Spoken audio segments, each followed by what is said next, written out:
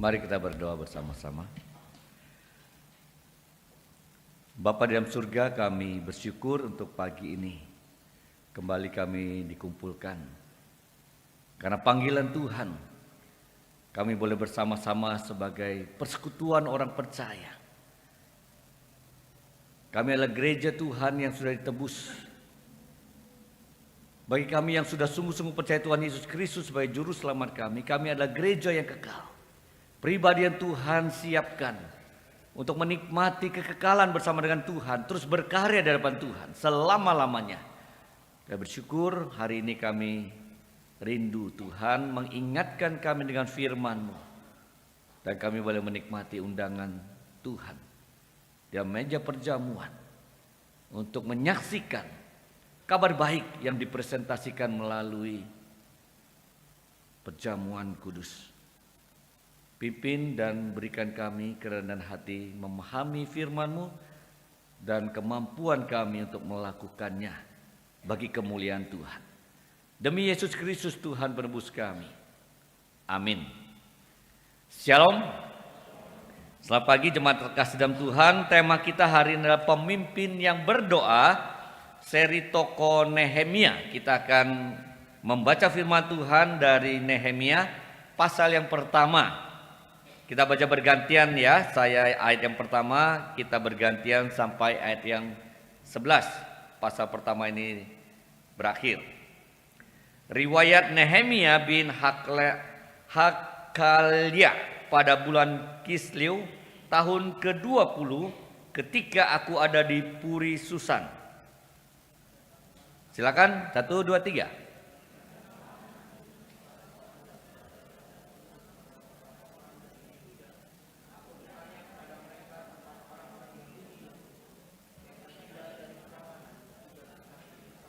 Kata mereka kepadaku, orang-orang yang masih tinggal di daerah sana yang terhindar dari penawanan ada dalam kesukaran besar dan dalam keadaan tercela.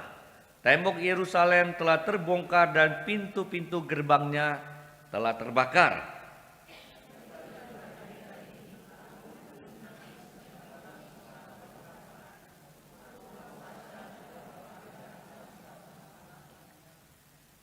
Kataku, ya Tuhan Allah semesta langit, Allah yang maha besar dan dahsyat, yang berpegang pada perjanjian dan kasih setianya terhadap orang yang kasih kepadanya dan tetap mengikuti perintah-perintahnya.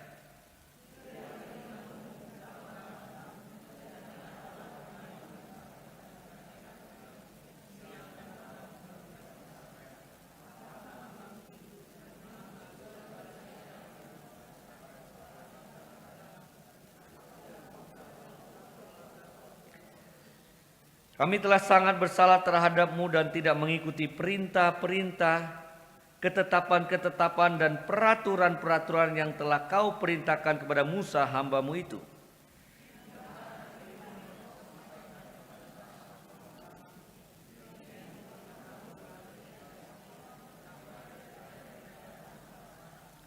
Tetapi bila kamu berbalik kepadaku dan tetap mengikuti perintah-perintahku serta melakukannya, maka sekalipun orang-orang buanganmu ada di ujung langit, akan kukumpulkan mereka kembali dan kubawa ke tempat yang telah kupilih untuk membuat namaku diam di sana.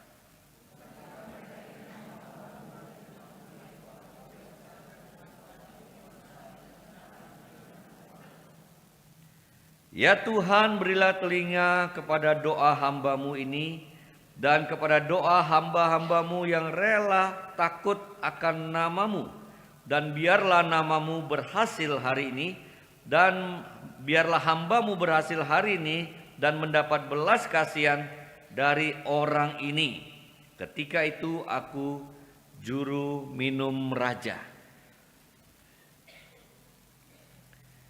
Kita akan melihat sedikit latar belakang dari Nehemia, ya. Nehemia dan kitab Ezra ini di dalam kitab Yahudi itu satu paket. Jadi sejarahnya itu pulangnya orang Israel dari pembuangan itu ada 3 tahap, ya. Jadi sejak di Ezra sudah dituliskan. Nehemia ini adalah rombongan yang ketiga atau rombongan yang terakhir. Setelah bait suci sudah selesai dibangun. Bait suci sudah selesai dibangun. Ezra sudah mengadakan reformasi untuk kebangunan rohani. Tapi Tuhan memberi seorang bernama Nehemia boleh menangisi tembok yang masih roboh. Nah, kalau kita perhatikan di sini ya, dari pertama raja pertama Israel nih dari Saul ya. Ingat-ingat aja ya yang besar-besar. Kita ini kan dulu kan pernah dijajah Belanda, pernah dijajah sama Jepang. Yang minimal kita tahu begitu dekat dengan sejarah kita ya.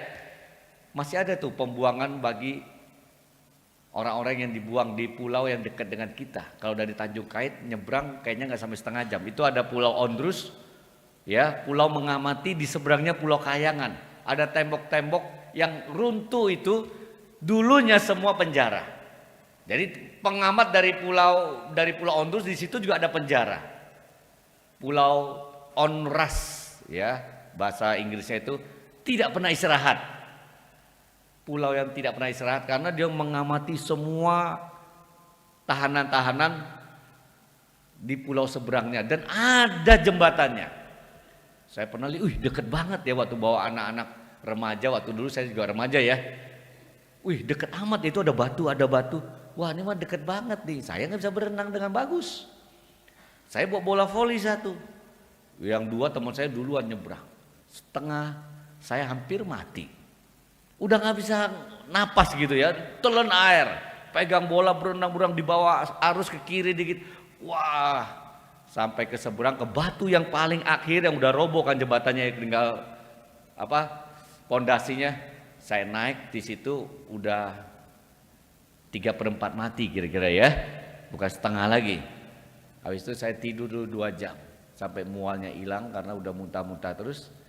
Setelah itu saya lihat mau panggil kapal juga jauh. Teman-teman di Pulau Sono pasti nggak dengar, yang 2 udah hilang. Balik lagi, tinggal saya sendiri. Gimana? Ya udahlah dengan cara ini angin ke sini, airnya ke sini, gimana ya berenangnya? Dengan pegang bola voli satu itu pelan-pelan, selamat juga. Makanya ada di sini hari ini ya. Kalau nggak dulu sudah ketemu Tuhan duluan. Kita pernah dibuang bangsa kita beberapa tokoh. Nah, orang Israel dulu dibuang, bukan semuanya dibuang. Makanya waktu Nehemia dia dengar ini ada orang-orang yang dulu bebas dari pembuangan. Yang diangkut itu kita lihat ya, beberapa yang oleh Raja Babel, Daniel dan kawan-kawan, orang-orang pinter, orang-orang bangsawan. Karena apa? Ditawan, diambil, dibuang, dipekerjakan untuk mereformasi. Ini orang pinter dari Israel. Kita mau pakai, kita juga mau bangun kekuatan negara kita, masa depan menguasai seluruh tanah daerah situ. Mereka angkutlah orang-orang yang hebat-hebat. Ya, salah satu Nehemia. Nah, ini setelah Daud, setelah Salomo pecah. Jadi Israel itu sudah ada 2 nama. Nama pertama adalah Israel Utara yang tetap nama Kerajaan Israel. Biasanya ini ya. Kalau kita lebih banyak bilang Kerajaan Israel, bobroknya, dosanya, nggak tahu dirinya, memberontak, menyembah berhala. Ini nih nama Israel ini melawan Tuhan lebih parah daripada yang namanya Juda, yaitu kerajaan Yehuda. Nah, ini pecah. 722 ini dijajah oleh bangsa Asyur, ya, kerajaan Asyur yang kejam. Ya, ibu kotanya Niniwe yang bisa menghukum orang itu ditarik sama kuda, diikat kiri kanan, kudanya disuruh pencar, putuslah badannya ya. Kejam nih orang Asyur, dikenal sangat kejam. Orang Israel setengah mati waktu itu, sampai kelaparan dan sebagainya. 722 sudah jatuh nih, tidak ada lagi raja yang berkuasa. Kerajaan Israel Utara ini sudah dibuang sebagian. Mereka 10 suku di sini dibawa ke tawanan. Udah nggak jelas kira-kira ya, tapi tetap ada yang ditinggal. Nah, kerajaan Yehuda ini masih setia lama, cukup lama. Mereka menjaga, mereka bertobat. Terus sampai 586, 587 sebelum Masehi. Kalau sebelum Masehi hitungnya mundur ya, sampai Yesus lahir nanti dari Daud ini ke zaman Yesus 1000 tahun kira-kira. Ya. Sampai zaman Yesus nanti kalau kita mau lihat sini zaman Yesus dari Daud 1000 tahun.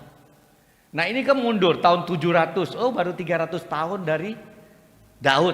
Ini di sini zaman Nehemia sudah tahun 444. Nah, di sini waktu pembuangan sudah dijajah, nanti ini Babel, ini Persia. Babel dan Asyur ini sudah ditaklukkan Persia yang hari ini Iran. Ya, negara Iran itu adalah dulunya kerajaan Persia. Persia ini zaman Nehemia, Ezra. Mereka ini tahun 400-an. Nah, di sini kita lihat Juda masih bertahan, tinggal 2 suku di sini, Yehuda Selatan. Ibu kotanya Yerusalem. Ya, di sini ibu kota Yerusalem. Makanya dia dengar Yerusalem runtuh temboknya. Ya, yang kerajaan Yehuda Yerusalem.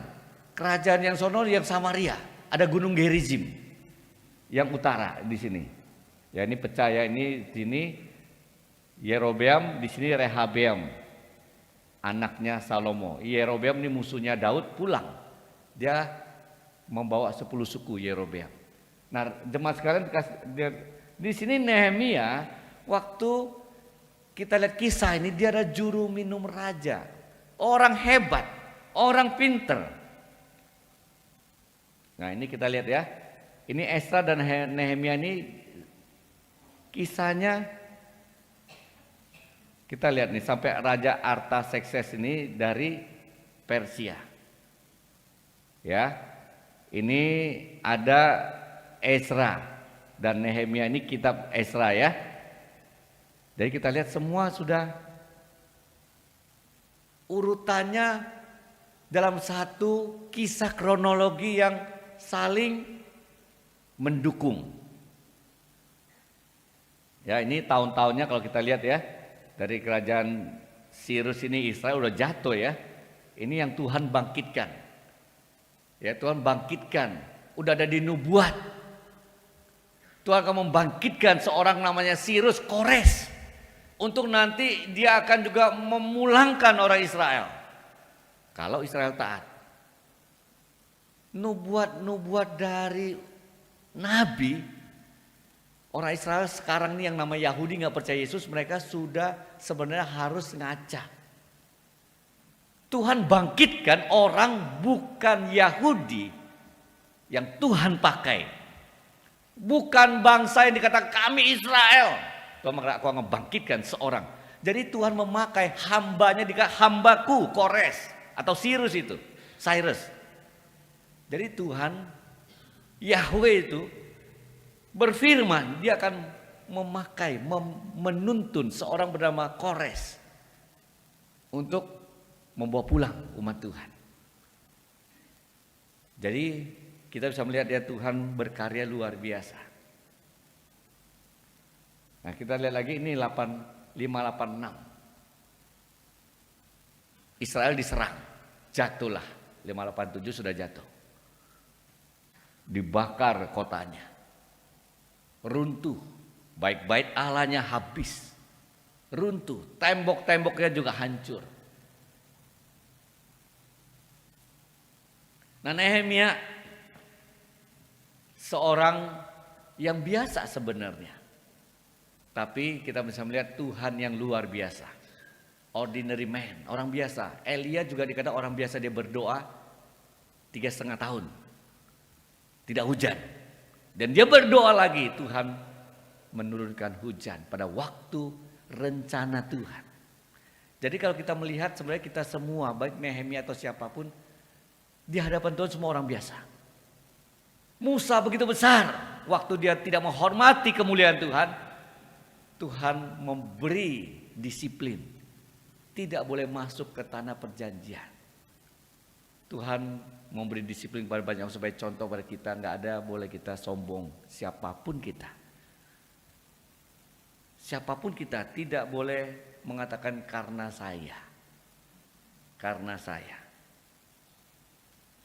Nah, kalau kita melihat bagaimana Nehemia seorang yang lahir di pembuangan. Dia bukan orang yang diambil, tapi dari generasi yang baik. Dari bangsawan, dari orang yang baik. Keturunan yang baik.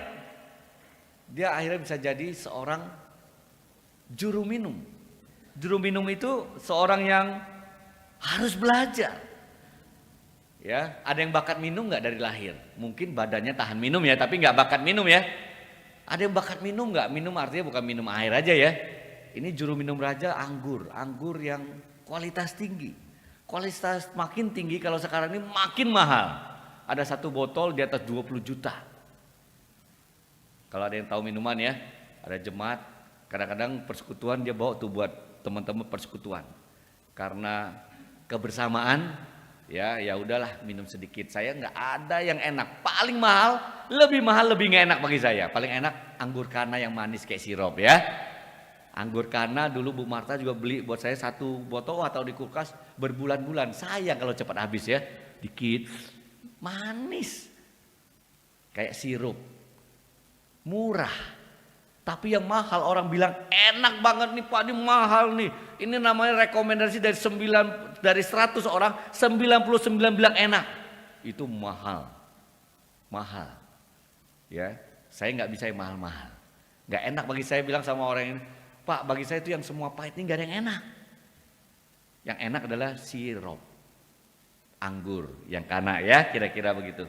Nah, Nehemia itu juru minum raja. Begitu dekat dengan raja. Dia harus tahu mana yang enak, mana yang kurang enak. Mana selera raja, mana yang enggak selera raja. Di samping harus tahu membedakan ini bisa meracuni raja atau enggak. Kan enggak semua kan racun itu orang taruh. Kadang-kadang ini anggur tertentu kalau yang enggak cocok, enggak kayak sekarang semua udah ada ini ya, udah ada namanya dites dulu ya, quality control, QC-nya sudah lewat. Enggak, kan dulu semua orang produksi pakai injek kaki, pakai remes, ada tempatnya, masih ada itu di Israel, sekarang di Israel, tempat orang-orang yang bikin jus atau bikin anggur fermentasi, masih ada. Nah, raja minum dia harus tahu ini baik nggak buat kesehatan raja. Meracuni orang bukan hanya sakit langsung mati ya. Emang orang rokok langsung mati? Ada, jarang ya. Racunnya sudah puluhan tahun. Nah, itu racun. Nah, Nehemia juga semestinya dia harus tahu. Anggur tertentu itu nggak bagus buat kesehatan jangka panjang raja. Kita kalau cuma pikir yang jangka pendek, itu orang sekuler itu. Bahasa dunia dari bahasa Latin tuh ada dua. Satu, mundus. Ada mundo ya, nah, itu dunia, world, dunia. Satu lagi sekulum, sekular. Mereka mau ini time, sekular, sekulum itu adalah time, this time. Orang sekuler dia mau lihat yang sekarang, tidak ada kekekalan, tidak ada namanya surga, tidak ada namanya Tuhan yang tidak kelihatan. Yang mereka lihat adalah this time, waktu sekarang. Nikmati sekarang. Jangan percaya yang aneh-aneh, jangan percaya rohani-rohani, itu sekuler. Nah, kalau kita juga harus melihat jangka ke depan. Nehemia juga seorang yang punya visi ke depan. Dia seorang yang juga menjaga raja. Bukan sekarang dia minum hanya enak raja, tapi bagaimana raja sehat. Tuhan pakai Nehemia. Pasti dia seorang yang dipercaya kan? Pasti jujur. Percaya. Seorang yang bersahabat dengan raja. Dan kalau kita baca nanti di pasal kedua, dikatakan waktu dia datang di hadapan raja itu mukanya muram. Raja bilang, kamu tidak pernah seperti ini. Kamu tidak pernah muka kelihatan seperti ini. Jadi bertahun-tahun dia sama raja, baru kali itu dia mau minta kepada raja mengizinkan dia pergi ke Yerusalem. Dan berapa hari dia setelah dengar kabar dari orang-orang dari sana datang memberi kabar, dia sedih. Dan dia berdoa. Doanya di pasal 1 panjang ya. Ayat ini saya yakin ini bukan semua doa dia. Ya. Seorang yang mengenal Tuhan, raja bisa mempekerjakan dia. Dia tahu panggilannya. Dia bukan orang yang lahir dari zaman Israel memberontak terus dia tahu, enggak. Dia orang lahir di pembuangan, generasi yang tidak tahu masa lalu, semua generasi yang melawan Tuhan. Tapi dia mengasihi, dia punya visi. Ini tanah nenek moyangku. Ini Tuhan yang membangun bangsa yang besar. Sekarang aku kerja bagi raja. Sekarang aku di pembuangan. Kotaku hancur, kota nenek moyangku hancur. Dia sedih. Dia punya visi bagaimana ya saya minta ampun kepada Tuhan. Bagaimana suatu hari saya harus membangun kota ini, tembok ini yang sudah hancur. Itulah seorang yang mengerti panggilan Tuhan. Bukan sejarah bangsa saja. Bukan hanya sejarah dia saja. Ini berkaitan dengan saya. Enggak. Dia ingat. Tuhan yang memanggil umatnya dari sejak Musa memberi hukum dari Tuhan. Nehemia tahu semua itu. Jadi kita kalau menjadi seorang pribadi, kita mau bekerja sebagai apapun, jangan hanya mengkaitkan diri kita dengan jabatan kita dan tugas bagi kita. Dan kita harus tahu Tuhan tempatkan kita dan pekerjaan itu untuk apa? Apa tujuan Tuhan tempatkan kita di tempat kita bekerja? Kita harus pikir, Tuhan, apa yang bisa saya lakukan bagi kemuliaan Tuhan? Kita tahu kita dipanggil untuk menyaksikan kabar baik, untuk membagikan kehadiran Tuhan yang sudah ada di hati kita, yaitu Roh Kudus. Waktu kita datang, kita bekerja, kita tahu Tuhan menyertai kita. Allah Immanuel melalui Allah Roh Kudus ada dalam hati kita. Nah, bagaimana kehadiran Tuhan kita nyatakan? Waktu saya remaja saya sadar, saya jadi pelatih basket, bisa main basket. Ayo, saya udah main basket, saya jadi pelatih. Apa tujuannya? Saya membawa anak-anak saya kepada Tuhan. Setelah sekian tahun dekat dengan mereka, ayo setiap hari Kamis ke rumah saya. Saya beli gorengan, ayo kita nyanyi. Mereka bingung gak bisa nyanyi satu lagu sederhana, nyanyi. Sebulan, 2 bulan, setahun, 2 tahun ada acara KKR di Senayan. Pendeta Serpentong, ayo panitia minta dong. Saya mau ajak anak-anak, kita pergi pakai bus.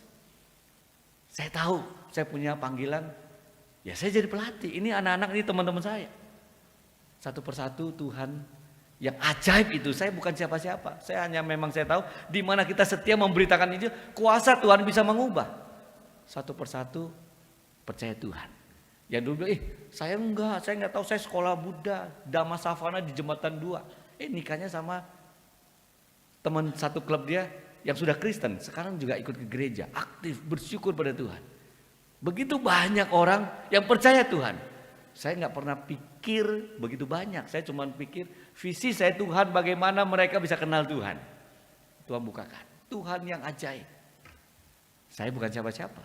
Ada pelatih kepala saya belajar sama dia untuk mengajar basket. Rendah hati, murah hati, belajar dari dia. Nah Bapak Ibu sekalian, kalau kita melihat Nehemia seorang yang biasa. Tuhannya luar biasa. Nah Tuhan juga yang luar biasa itu menempatkan Bapak Ibu di mana kita berada. Coba pikir apa yang Tuhan mau kita lakukan. Bukan bagi saya, tapi Nehemia memikirkan bangsa pilihan Tuhan. Memikirkan kota yang Tuhan pernah berkati. Nah kita harus pikir dalam konteks kita, bagi bangsa kita, bagi di mana orang-orang di tempat kita bekerja. Mereka mungkin ada orang susah, bagaimana Tuhan memakai kita, membebaskan mereka dari kesusahan. Dan pelayanan, bagaimana Tuhan memakai kita, membangun rekan-rekan kita yang mungkin banyak pergumulan. Nah, Nehemia dia berdoa. Nah, tema kita pemimpin yang berdoa ya. Coba kita pikirkan, apakah Nehemia dia waktu jadi pemimpin dia baru berdoa? Seakan-akan pemimpin yang banyak berdoa, pemimpin yang harus berdoa, pemimpin yang punya satu porsi doa yang lebih sungguh. Atau pemimpin, kalau udah pemimpin ya doa itu yang paling utama. Sebenarnya enggak. Sebelum jadi pemimpin pasti dia seorang yang berdoa. Dan waktu dia menjadi juru minum raja, belum jadi pemimpin kan? Dia jadi seorang yang kerja sama raja. Bagi umatnya dia bukan pemimpin, dia orang biasa yang ditugaskan ya. Yang lain di sana mereka anggap ya itu ya kerja bukan memimpin saya. Dia Nehemia ya kerja sama raja. Tapi Nehemia seorang yang sudah connect sama Tuhan terus menerus. Nah waktu kita mendengar doanya luar biasa. Ya. Jadi kalau kita melihat bagaimana doanya, silakan Bapak Ibu coba lihat doa yang Nehemia waktu dia mendengar berita ini, duduklah aku menangis dan berkabung selama beberapa hari. Jadi dia serius. Berkabung itu kalau orang Israel pakai debu. Ya, bisa pakai baju yang dia robek. Dia berpuasa. Dikatakan aku berpuasa dan berdoa di hadirat Allah semesta langit. Kataku ya Allah semesta langit, Allah yang maha besar, dahsyat, yang berpegang pada perjanjian dan kasih setianya. Jadi kita melihat Nehemia mengenal Allah luar biasa. Kita doa pada Tuhan, kita langsungnya Tuhan kau kenapa nggak jawab doa saya, betul nggak? Tuhan kenapa nggak memenuhi apa yang saya minta? Sekarang kita katakan Tuhan kau nggak dengar saya, Tuhan yang baik kenapa engkau nggak baik kepada saya hari ini, ya kan? Demi saya, demi aku. Nehemia enggak. Dia tahu bangsanya yang dia sangat sedih. Tapi dia kenal Tuhan. Kenapa bangsa begitu? Karena justru Tuhan menepati janji. Tuhan memegang perjanjian. Tuhan sudah berfirman. Tuhan akan memberkati kalau engkau setia. Tuhan akan menghukum kalau engkau menyembah berhala. Tidak mentaati firman Tuhan. Menghina hadirat Tuhan. Tuhan yang setia, bukan Tuhan yang mengabaikan umatnya. Tuhan yang menjalankan rencana kekalnya kepada umatnya sendiri. Satu penyertaan Tuhan yaitu melalui penghukumannya. Nehemia begitu sadar bagaimana dia harus berdoa di depan Allah yang mengatasi segala langit, Allah yang dahsyat, Allah yang setia, Allah yang memegang perjanjian.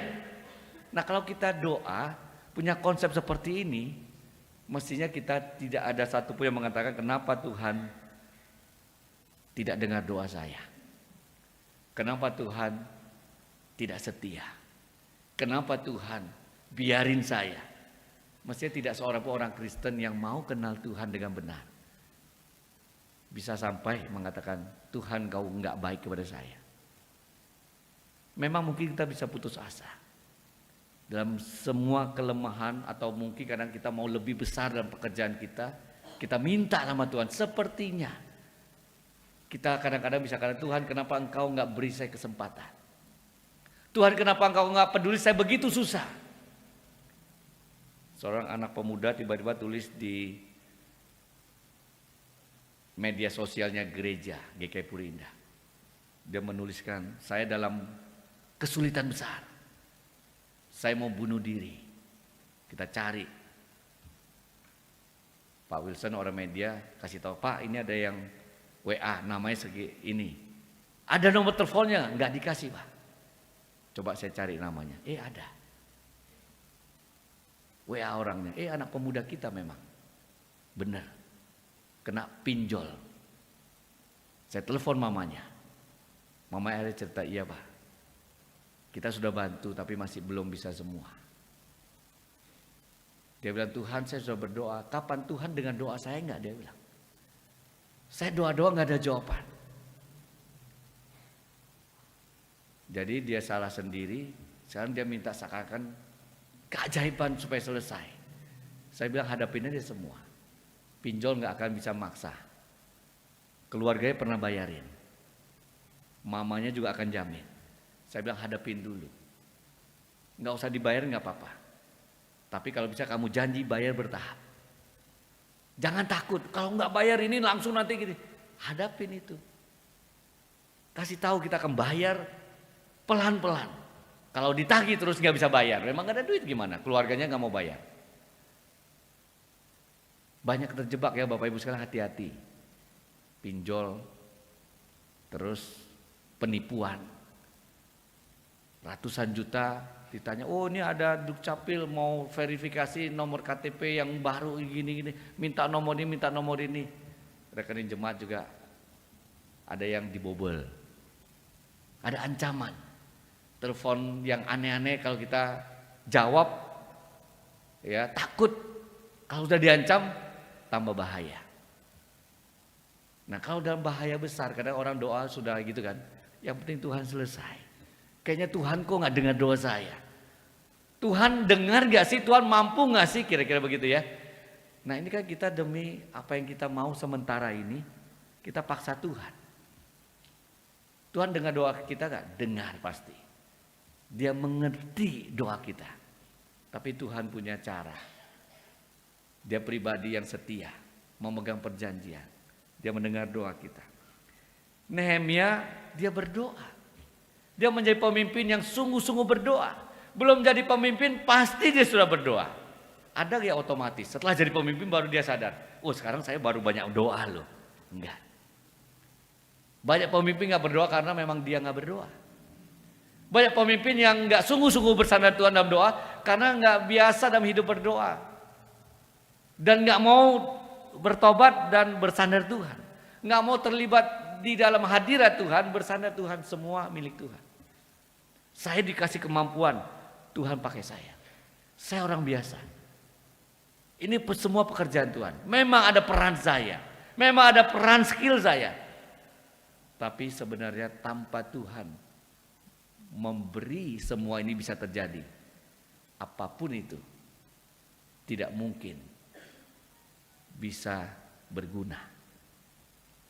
Ingat orang yang paling dibilang Alkitab itu paling sombong itu, aku orang kaya yang muda itu ya, aku punya ini, aku sudah siapin semua, sekarang aku tenang. Tuhan bilang hari ini semua yang kamu rencanakan, yang kamu punya, semua sia-sia. Hari ini engkau sudah akan diangkat dari kehidupanmu. Artinya Bapak Ibu sekalian, Tuhan yang mengatasi langit ini, yang dinyatakan Alkitab, Allah yang berkuasa. Nehemia tahu dia berdoa. Jadi berdoa itu bukan milik pemimpin haknya. Berdoa itu bukan harus waktu kita sudah jadi pemimpin. Berdoa itu bagi setiap orang, tapi kalau jadi pemimpin harusnya di dalam kekristenan harus lebih berdoa. Harus lebih melayani, harus lebih sandar Tuhan. Dan kita terbalik ya, makin kuat merasa imannya, makin ikut Tuhan makin lama, makin gampang. Ya udahlah, yang ini nggak usah doa, gitu ya. Udah biasa dan sebagainya. Iman itu nggak ada yang kuat. Nggak ada tuh yang orang punya iman kuat. Iman itu saya bersandar Tuhan. Kalau kita merasa imanku kuat, kita bukan beriman, kita merasa diri kuat. Orang beriman itu merasa aku paling lemah, nggak punya kekuatan, maka aku perlu sandar Tuhan. Aku perlu percaya Tuhan. Aku perlu hanya Tuhan yang menolong aku. Orang yang merasa lemah, dia yang paling beriman. Dia sandar Tuhan. Orang yang paling merasa dia iman yang kuat, dia yang paling tidak beriman. Kalau kita udah kuat, kita nggak perlu beriman sama Tuhan. Orang yang lemah, Tuhan saya datang. Tuhan, saya mau serahkan semua. Apapun itu yang terjadi hidupku, mau hancur seperti apa di dunia sementara ini, Tuhan kau berdaulat. Saya manusia berdosa. Kita penuh dosa, Tuhan hukum kita. Kalau memang kita ada dosa sekecil apapun itu hak Tuhan. Selama hidup ini kalau Tuhan mau hukum kita dengan disiplin Tuhan, hak Tuhan cukup untuk menghukum kita, mendisiplinkan kita. Kalau Tuhan tidak menghukum kita, kita harus makin rendah hati. Kalau Tuhan menghukum kita, kita juga harus rendah hati karena kita tahu itulah sepatutnya saya terima. Nehemia sungguh-sungguh dia berdoa. Ya, kita berdoa juga belajar. Belajar bersandar, bukan belajar kalimat berdoa. Bukan belajar hebatnya kata-kata kita berdoa. Bukan belajar bagaimana kita begitu banyak bisa berdoa pada Tuhan, bukan. Mengenal Tuhan, itu doa yang benar. mengenal siapa Tuhan, apa rencana Tuhan, bagaimana kita sungguh-sungguh rendah hati di depan Tuhan. Itu doa yang benar. Doa itu nggak pernah kalimatnya kalau bagus, kalimatnya kalau menggugah orang hebat. Enggak. Kalimat itu sesuai kehendak Tuhan, sesuai kebenaran Tuhan. Makanya doa itu kita harus kalimatnya bukan kalimat yang bagus di dalam sastra, tapi bagus di dalam connect sama Alkitab, kebenaran Alkitab, menyebut nama Tuhan yang benar, memahami cara kerja Tuhan yang benar. Kalau enggak spesifik kita bilang Tuhan, saya tidak tahu. Tuhan kau berkarya. Enggak tahu ya bilang enggak tahu sama Tuhan. Kami masih bergumul. Ya bilang bergumul. Tuhan kami rindu, kuasamu bisa menyembuhkan. Katakan, Tuhan bisa, Tuhan mampu. Tapi nanti Tuhan nyatakan lain, kita serahkan pada Tuhan. Jadi doa dan harapan kita harusnya sesuai Alkitab. Itu baru doa yang benar. Bukan apa yang kita mau, apa yang kita hebat, kita ucapin semua. Kita sepertinya mau ubah Tuhan. Doa tidak pernah mengubah pikiran Tuhan. Tuhan yang kekal tidak mungkin kita doa 100 orang, 50 doa untuk misalnya Indonesia kemarin ya kalah ya. Yang ini 50 doa Tuhan Indonesia menang. Yang ini anak Tuhan, yang lain Tuhan Vietnam menang. Terus Tuhan bingung gitu kan. Ini yang begini enggak. Doa siapapun tidak mengubah pikiran Tuhan.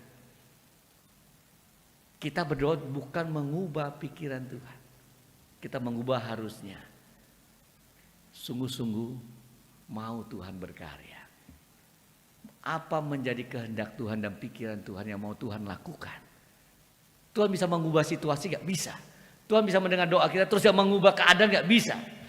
Tapi itu bukan berarti mengubah Tuhan. Itu bukan berarti mengubah pikiran Tuhan. Allah yang kekal, Allah yang berkuasa, Allah yang berdaulat. Dia berdaulat atas setiap keputusan dan apa yang dinyatakannya. Nah Tuhan berkenan kepada setiap kita yang mengenal dan menjalankan kebenarannya. Baik pemimpin atau bukan. Kita kenal gak dia? Kita tahu gak rencananya? Kalau itu sesuai, waktu kita doakan. Kita kadang-kadang bisa merasa, wah Tuhan dengar doa saya. Memang. Tapi yang waktunya Tuhan lakukan itu. Itu kehendak Tuhan. Nah, ketika Tuhan seolah-olah diam, jangan berhenti untuk percaya kepada Tuhan. Ya, dia bukan berarti dia tidak peduli, namun karena dia sedang mempersiapkan kita untuk menjadi yang dia kehendaki. Karena kan Tuhan mengubah kita. Begitu banyak tokoh Alkitab, anak-anak Tuhan ubah hatinya. Melalui Tuhan sepertinya diam. Tuhan gak jawab doanya. Melalui itu aja Tuhan bisa bentuk orang. Apalagi Tuhan terus menyatakan dengan luar biasa mujizat yang Tuhan nyatakan. Nehemia memuji Tuhan yang bijaksana. Ya, maksudnya Nehemia kan bisa kesel kan? Tuhan kau lihat dong. Saya kenal, saya tahu sejarah dari orang-orang lihat tuh bangsa Israel, bangsa pilihan umatmu. Sekarang mereka menderita. Bisa ya, banyak orang komplain gitu ya. Tuhan saya begini, saya susah. Engkau nggak lihat saya mau ini susah. Nehemia enggak. Dia tahu Tuhan yang seperti apa yang dia sembah, yang dia berdoa. Tuhan yang sungguh-sungguh dia kenal. Tuhan yang menyatakan diri kepada umatnya, yang datang kepada umatnya.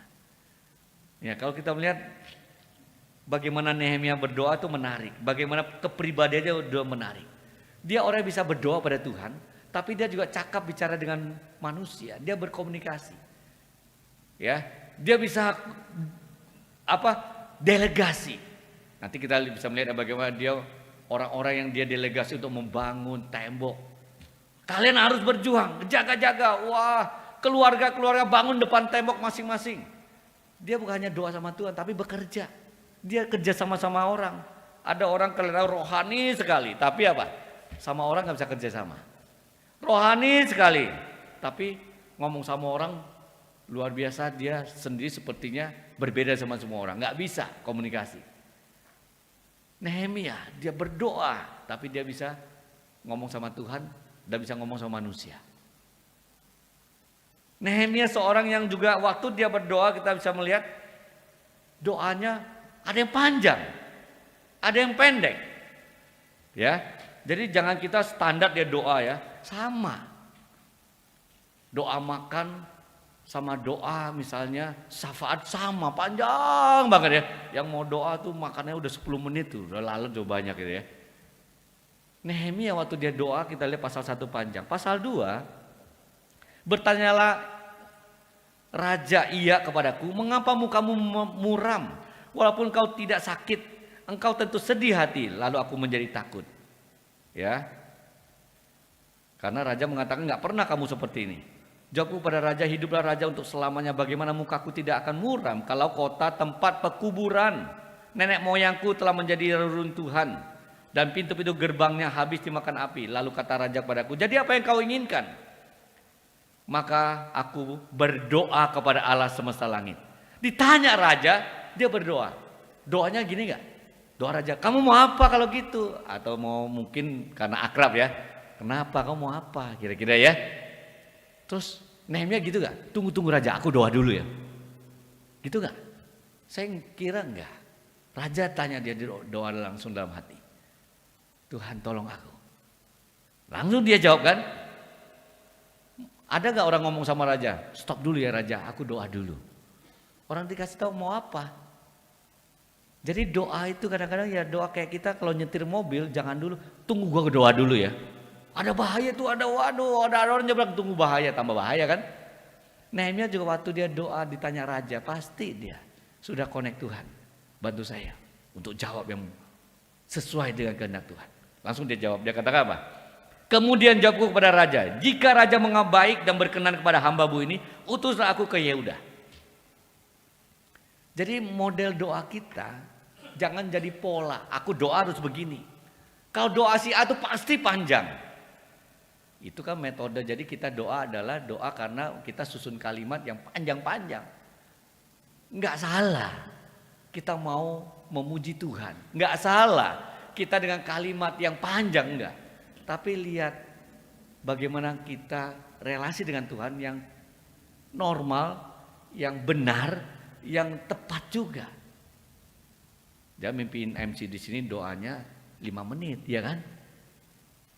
Kepanjangan nggak? Panjangan.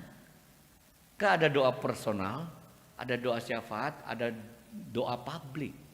Kalau publik kita mimpin doa yang memang ada porsinya, ya jangan dikasih 2 menit, kita 7 menit misalnya. Terakhir orang akan berdoa, Tuhan cepatlah biar dia udah amin gitu kan. Bukan kita berdoa, orang doain kita udah. Bukan kita doain orang doain kita, Tuhan tuh yang doa tuh biar cepet dah udah amin aja kayak gitu kan. Jadi kita bilang, oh mau doain orang, doain. Orang semua doain kita.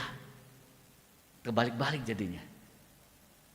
Cuma terkesan Tuhan, Nehemia tahu bagaimana relasi dengan Tuhan, relasi dengan manusia, doa bagaimana kepada Tuhan di waktu yang tepat.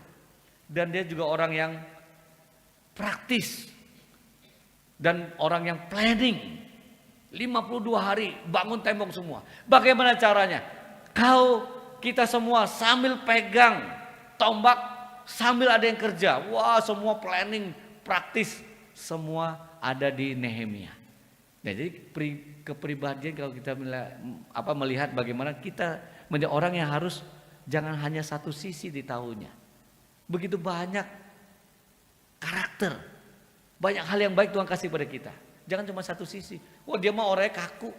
Wah, dia orangnya memang begini. Kita ada kakunya, tapi kan kita ada rasa kasihnya, perhatian, empati. Jadi semua itu kita juga seimbangkan. Jangan cuma, oh dia pendiam, nggak mau ngomong sama sekali. Nggak ada orang yang nggak pernah ngomong kan, kecuali bisu. Belajarlah ngomong. Saya nggak mau jadi orang yang nggak pernah mau sapa orang. Disapa terus, ditanya terus, nggak mau nanya orang lain. Ya, kita lihat contoh Nehemia, orang yang berdoa, orang yang juga praktis, orang yang planning, orang yang juga bisa praktis juga, yang mau sekarang, cepet, tapi ada rencana juga, nggak aja cepet tapi berantakan. Nah, jangan kita hanya orang yang nggak bisa, ini harus lama. Kalau ada yang memang harus cepet ya cepet, kan ya. Kadang-kadang kita berantem di BPP atau di kemajuan gitu kan. Beda pandangan doang, lihatlah yang paling jalan tengah. Jangan buru-buru, tapi jangan kelambatan. Ya kalau kalimat Pak Tong ada yang ditanya sama Pak Tong waktu rapat dulu, waktu rapat sinode awal-awal saya masih di sana. Ada yang laporan, gimana GRI Malang? Ya kami masih proses lah, ya pokoknya masih kita ya lambat asal selamat, kata pendetanya bilang. Pak Tong bilang, selamat tapi jangan lambat-lambat gitu ya.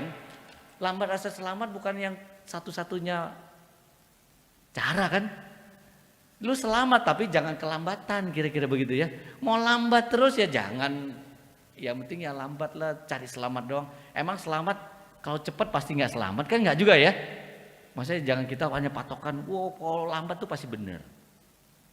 Nggak juga ya. Bapak Ibu sekalian, seorang yang bernama Graham Staines, Nehemia ini dia mengorbankan dirinya. Dia jadi pemimpin yang berdoa, nggak hanya berdoa terus di belakang. Ini ada pemimpin berdoa, tim doa doang. Dia maju ke depan, dia pergi ke Yehuda. Dia nggak, oh ada utusan, gue juga bisa kirim utusan, enggak. Dia ke Yehuda, dia yang pergi. Raja kasih saya surat, rekomendasi kira-kira gitu ya. Dia pergi ke Yehuda. Kalau kita mau melayani, mau berdoa, jangan bangga jadi tim doa. Bukan berarti tim doa nggak baik ya. Kalau kita hanya doa aja, merasa kita hebat. Tuhan yang hebat, kita cuma orang biasa.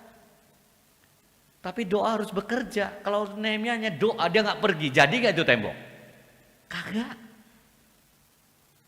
Jadi pemimpin yang berdoa, jangan hanya berdoa suruh orang kerja. Pemimpin berdoa, dia juga harus ikut. Bagaimana membawa orang-orang dipimpinnya berdoa dan bekerja. Kalau kita hanya satu sisi saja, kita merasa kita hebat, Tuhan jawab doa, Tuhan jawab doa, Tuhan hebat jawab doa. Tuhan memang udah hebat dari dulu, nggak pernah kita doa terus dia hebat, gara-gara kita doa terus dia makin hebat, nggak pernah. Itu seakan-akan kita yang hebat jadinya ujung-ujungnya kan. Waktu saya berdoa, saya bikin ini, saya bikin kelompok doa gini, makin hebat. Tuhan pasti sudah hebat. Ketaatan kita berdoa harus. Tapi bagaimana hati kita waktu berdoa, kita bersama-sama dengan orang-orang yang mau mencari kehendak Tuhan, kita makin rendah hati. Ya. Videonya mungkin diputarkan untuk mengakhiri khotbah ini.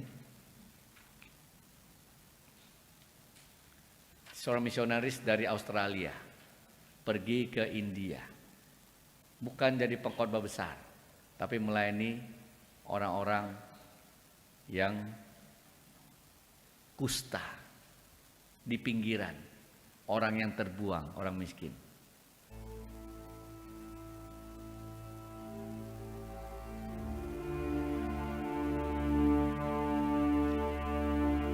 Tahun 99 dia dibakar, hidup-hidup di mobil bersama kedua anaknya di Odisha, satu desa kecil. Mereka sedang tidur tadinya. Tiba-tiba sekelompok orang datang memprovokasi.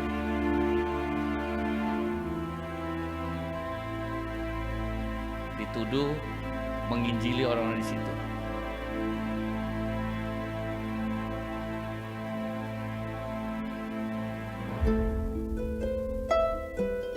Ini istrinya Gladys.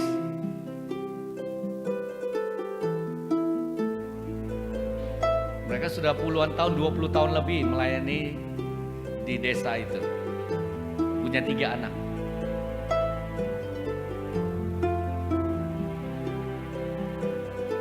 Pada saat dibunuh, mereka lagi di Monohapur. Nah ini pembunuh salah satu provokatornya.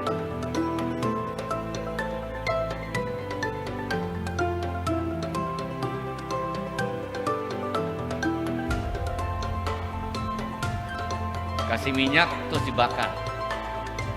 Mereka nggak dikasih keluar. Graham Staines sama 2 anaknya laki-laki.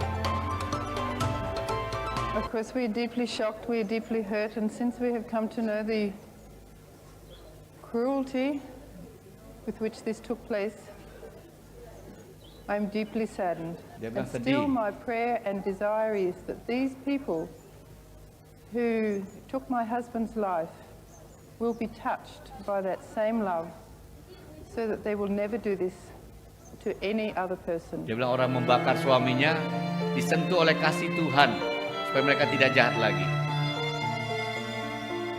Ini Perdana Menterinya mau hukum mati, tapi akhirnya berubah. Pembunuhnya tidak dihukum mati. वो हमारा सर शर्म से झुकाने वाला काम है Harusnya digantung mati, kata Perdana Menteri ini. आना चाहिए जो लोग गिरफ्तार नहीं हुए उन्हें गिरफ्तार किया जाना चाहिए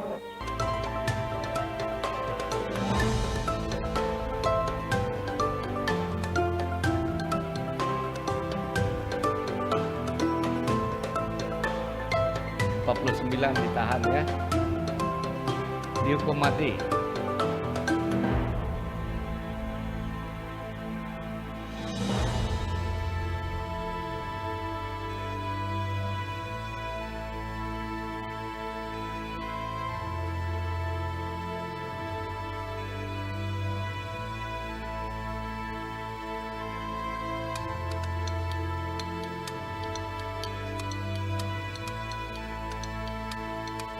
Gladys dan anaknya tetap tinggal di India melanjutkan pelayanan suaminya. Membangun klinik buat orang yang kusta, membangun rumah sakit,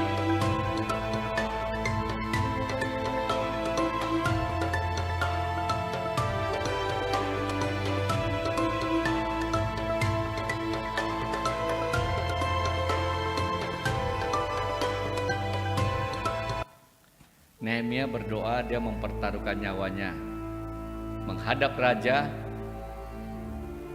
dan dia pergi. Graham Stein juga waktu dia taat pada Tuhan dalam doanya, dia pergi mengabarkan Injil melayani orang-orang yang susah, mengorbankan nyawanya. Dia taat pada Tuhan. Dan hari ini memang ada salah satu pembunuhnya atau beberapa orang bertobat, percaya Tuhan Yesus Kristus. Katanya mereka mendapat damai sejati, mereka percaya Tuhan Yesus. Bapak Ibu sekalian, Tuhan kadang-kadang pakai kita sepertinya kita jadi korban. Kita begitu susah, kita menderita. Tapi memang itulah pimpinan Tuhan pada setiap kita berbeda-beda. Tapi Tuhan mau kita terus bersandar dengan doa kita pada Tuhan. Dan kita serahkan diri kita. Tuhan pakai Nehemia, Tuhan juga pakai kita. Apa yang kita lakukan tidak sebanding dengan apa yang sudah Yesus lakukan bagi kita semua. Mari kita berdoa. Bapa dalam surga, kami bersyukur untuk setiap kesempatan kami.